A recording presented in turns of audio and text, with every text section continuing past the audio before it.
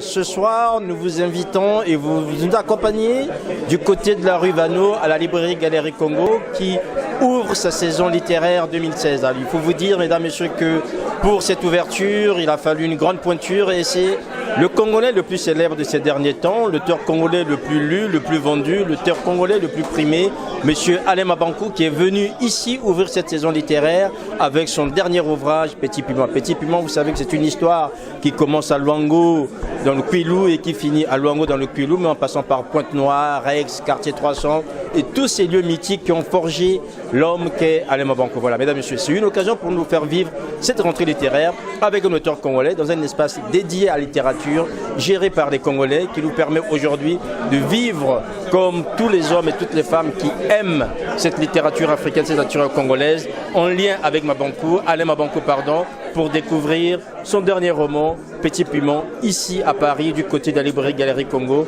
rue Vano, dans le 7e arrondissement de la capitale française. Voilà, mesdames et messieurs, on va vous laisser maintenant faire vivre, l'occasion de vivre en fait cet événement avec comme maîtresse de cérémonie Hortense Assaga, donc qui va accompagner Alain Mabankou dans ce tête-à-tête qui permet en fait à chacun de découvrir cet homme et surtout d'apprécier cette œuvre qui aujourd'hui fait la fierté de la littérature africaine et surtout la littérature congolaise. Février 1966, Pauline Tengue et Roger Kimangou. Bien, février 1966, donc ma date de naissance, tout le monde sait maintenant que j'ai 49 ans. Bientôt je vais passer la moitié du siècle. Ne les faites pas. Voilà, il y a beaucoup de quelqu'un qui aimerait avoir cette allure. Oui, bon, j'essaie un peu de maintenir les apparences pour ne pas tomber vite dans la fossilisation. Mais Pauline Tengue, bon, c'est ma mère, tout le monde sait. J'essaie la promesse que je lui avais faite comme elle ne savait pas lire, elle ne savait pas écrire. Quand elle disait, mais c'est quoi que tu écris, il n'y a même pas de photo dedans, c'est que des mots. Moi j'avais dit, c'est pas grave, chaque fois que j'écrirai, ton nom sera toujours là, dans l'espoir qu'un jour, qu'elle devienne la mère la plus connue de la littérature d'Afrique noire francophone. Je ne sais pas si je suis parvenu, mais en tout cas, jusqu'à ce que je meure en écrivant, il y aura toujours la Pauline Tengue qui est là. Ici, elle n'est pas en dédicace, mais si on rentre à l'intérieur du livre, je donne parfois le nom d'une école, l'école Pauline Tengue, le boulevard Roger Kimangou. Les Congolais vont chercher, il y a un Congolais qui m'appelle, mais il n'y a pas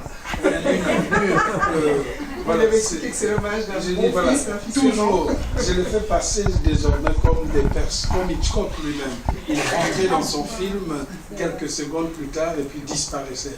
Donc sont les deux personnages principaux et peut-être même les clés de mon écriture. Parce que chaque fois que j'écris, j'ai l'impression qu'ils sont, ma mère et mon père sont mes premiers lecteurs. Et je me dis, si ma mère lisait, qu'aurait-elle dit de ça? Donc chaque fois que j'écris, parfois la censure la plus impitoyable vient du regard de cet analphabète qui est derrière moi, qui semble feindre d'être analphabète, mais en réalité, qui sait qu'elle aurait pu être écrivain, ne l'ayant pas été, eh bien, elle m'a transmis ce relais. On poursuit avec le lycée Karl Marx, avocat versus professeur versus musicien. Wow. Lycée Karl Marx, donc c'était le lycée de Pointe-Noire dans lequel j'avais fait mes études au lycée. Donc j'avais fait un baccalauréat en lettres et philosophie. Bon, tout le monde sait que si je n'ai pas continué les lettres et les philosophies, parce que ma mère, voulant que je devinsse écrire plutôt avocat, m'a poussé plutôt à aller faire du droit. Donc c'est ce que j'ai fait. Et le lycée Karl Marx reste toujours l'endroit pour moi d'émotion. Quand j'étais reparti à Pointe-Noire en 2013, j'étais reparti là-bas, j'ai retrouvé toujours un vieux surveillant des couloirs qui est toujours en activité là-bas. Donc c'est lié même avec moi. Versus musicien versus professeur. Je dirais que musicien, oui, dans les mots, mais aussi parce que j'ai une passion pour la musique. On sait que j'ai sponsorisé et créé le groupe Black Bazaar, qui ils ont fait 2 albums. je guette toujours les musiciens, mais je parle sous le contrôle des grands chanteurs comme le Gabriel Kinsa, qui s'est assis sagement pour voler la sagesse de Jacques Chevrier, qui a été un de nos maîtres dès le départ. Donc je pense que le côté musicien, le côté aussi musicien, c'est parce que j'aime la musique, je joue un peu de la guitare. Mais je le joue en cachette parce que si je le joue à côté de mes guitaristes comme Popolipo ou bien les Olivier Timanga qui viennent jouer, ils vont se moquer. Mais n'empêche que de temps en temps... C'est comme ça que vous les produisez? De temps en temps, oui, c'est comme ça que je les produis. De temps en temps, quand ils sont contents, j'achète une bière, ils m'apprennent une note. Voilà. Ils veulent pas m'apprendre toutes les notes pour avoir à boire les bières jusqu'à la fin de leur existence à mes côtés. Donc, et les professeurs, évidemment, je n'étais pas destiné à être professeur. Je ne suis pas Ça, c'est votre papa qui voulait ça aussi. Hein? Voilà. Il aurait voulu, mais ma mère, non. Parce qu'il pensait toujours, les professeurs n'ont pas d'argent, ne va pas là-bas. Il dit en plus, ils n'ont pas de bureau, ils sont dans la classe. Donc, ils sont embêtés tous les jours. Ne fais pas ça, je ne fais pas des profs. Parce que chez nous, les parents, ils venaient vraiment engueuler. Je crois qu'il y a quelqu'un qui me parle en Bounoukoutouba. Il y a quelqu'un, oui. Voilà. Nous avons un écho. Voilà, si vous voulez, je transpose à Bounoukoutouba. Oui, donc, je crois que professeur, tout simplement, ma mère ne voulait pas parce qu'elle voulait un endroit de bureau avec costume, cravate, attaché 15. Et puis aussi, enfin ça j'ai vu en préparant notre rencontre, c'est parce qu'elle souhaitait, en tant que petite commerçante, pouvoir être défendue un jour. Elle a besoin, non? Elle voulait être défendue parce que pour ceux qui connaissent un peu le grand marché de Pointe-Noire, c'est que chacun doit venir louer une table, payer une patente à l'État pour avoir un espace.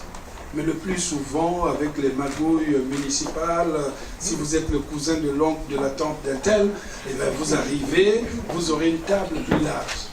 Et ma mère voulait que je puisse faire du droit, que je devienne avocat ou procureur, pour lui avoir une table plus grande. Donc son esprit c'était ça, parce qu'elle n'aurait plus à aller se courber, à mouiller la barbe, à donner de l'argent, mais l'avocat arriverait et donnerait directement la table à la mère. Donc c'est pour ça que j'ai fait cela. Mais par contre, pour professeur, comme je disais, je ne suis pas un professeur qui est devenu écrivain, mais un écrivain qui est devenu professeur. Si je vous dis bleu, blanc, rouge... Bleu, blanc, rouge, c'est mon premier roman. Que j'avais publié en 1998. J'étais encore jeune, dynamique, je croyais que je pouvais révolutionner le monde. Quand je l'ai écrit, je pensais que le monde entier m'attendait, mais quand j'ai envoyé chez tous les éditeurs, on les refusait, personne ne voulait le publier.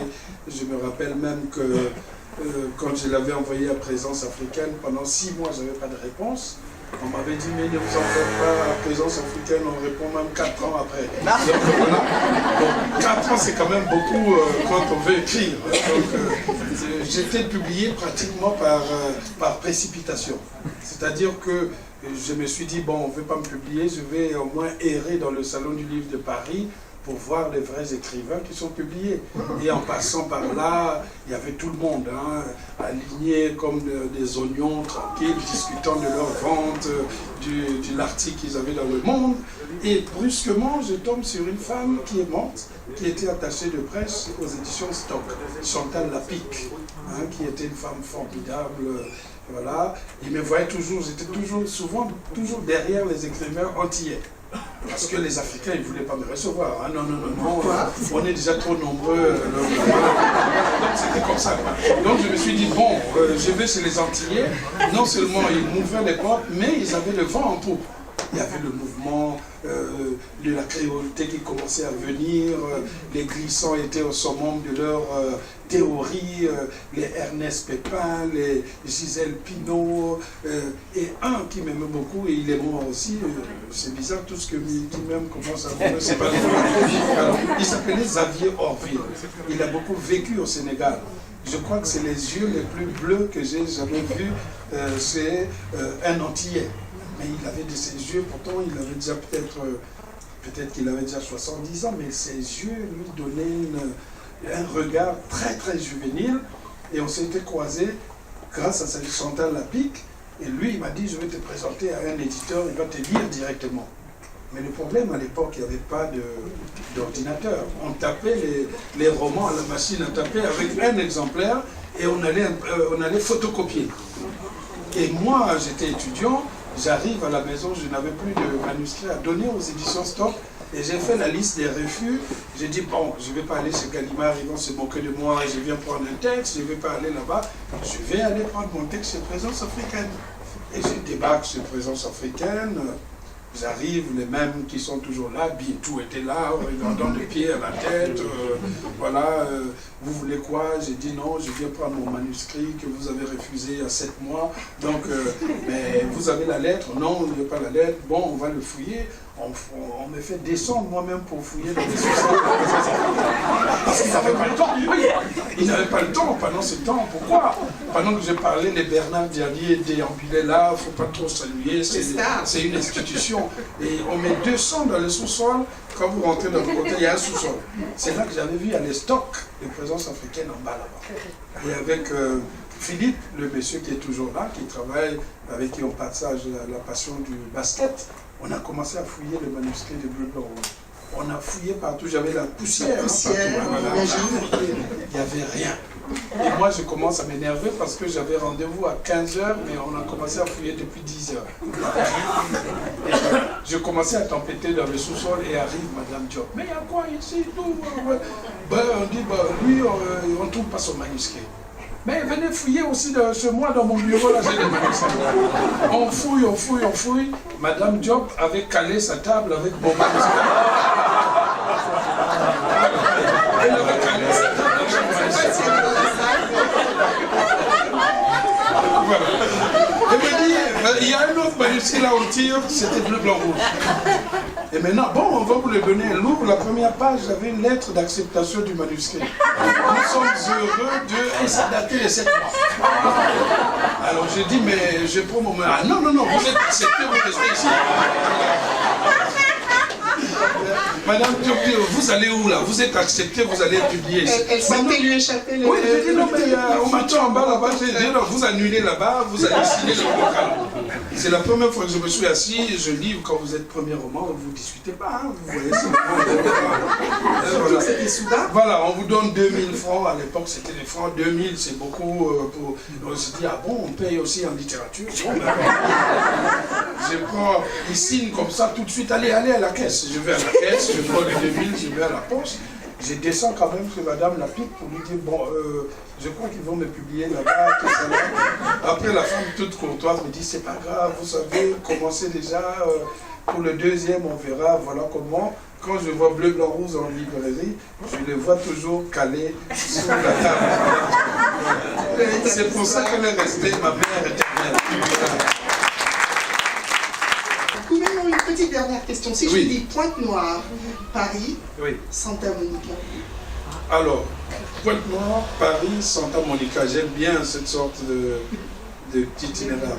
Bon, Pointe-Noire, maintenant, il n'y a plus rien à dire, ça fait au moins 3 livres, je tourne autour de Pointe-Noire, je crois que le Ponténégrin qui va écrire sur Pointe-Noire, il aura assez de matière pour ajouter, parce que je creuse tellement le terrain. Pointe-Noire, c'est ma ville d'enfance. Moi, en réalité, je suis né à Mouyonzi.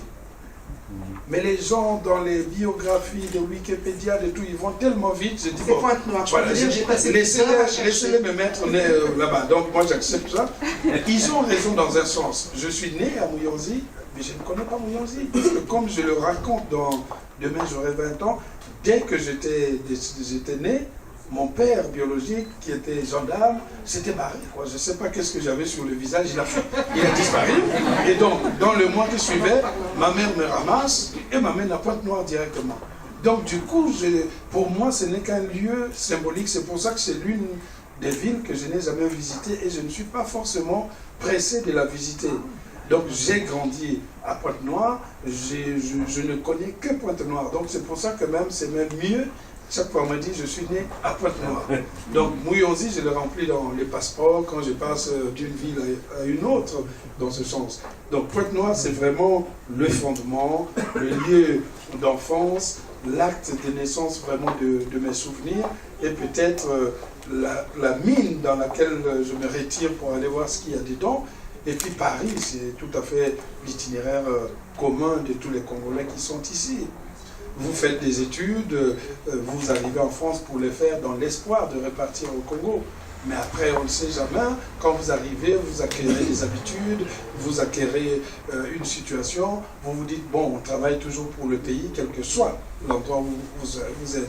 Donc c'est l'endroit où je suis venu peaufiner un peu aussi ma culture littéraire, artistique, culturelle, la connaissance des autres, l'apprentissage des grands problèmes du monde, l'accès à tout ce qui pouvait m'ouvrir au monde, la connaissance des autres écrivains.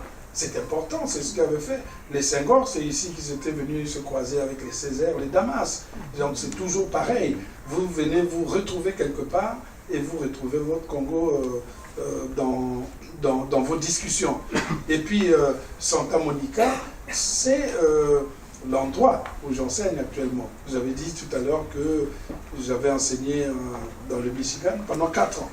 Mais vous savez qu'aux États-Unis, c'est le mercato. On achète les professeurs comme les joueurs.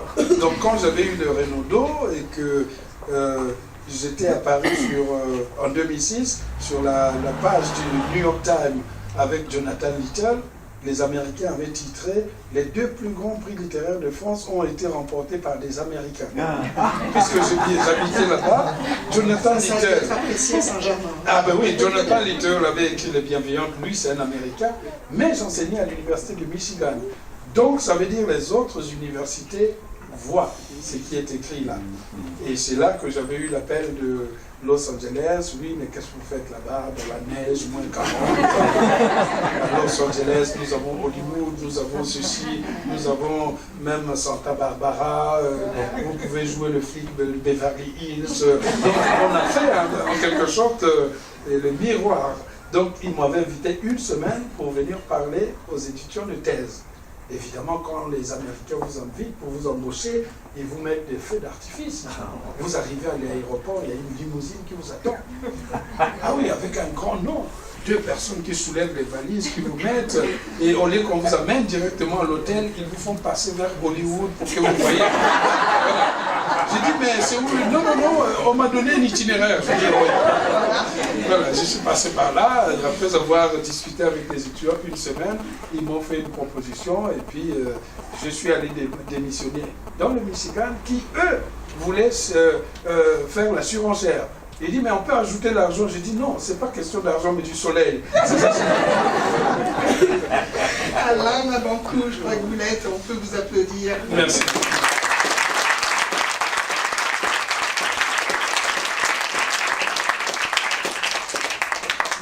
Passage que vous avez raté parce que mon passage à la Lyonnaise des Eaux est très important. Et je le dis parce que j'ai 2 amis qui sont là. Il y a Karim qui se trouve là et Loïc qui est là, qui étaient mes 2 collègues à la Lyonnaise des Eaux. Donc quand je le dis souvent, c'est que ce n'est pas de la science-fiction. Heureusement qu'il y a 2 témoins qui ne me lâchent jamais à chacune de mes signatures. C'est un passage important parce que j'ai travaillé 10 ans dans cette société-là et ça m'a permis vraiment d'être, d'avoir le pied à l'étrier, d'être, c'est vrai, d'avoir fait les études de droit, mais d'avoir travaillé. J'ai travaillé pendant 10 ans jusqu'à mon départ aux États-Unis. Donc, Nadine Morano ne viendra pas dire que j'ai mangé le pain de français.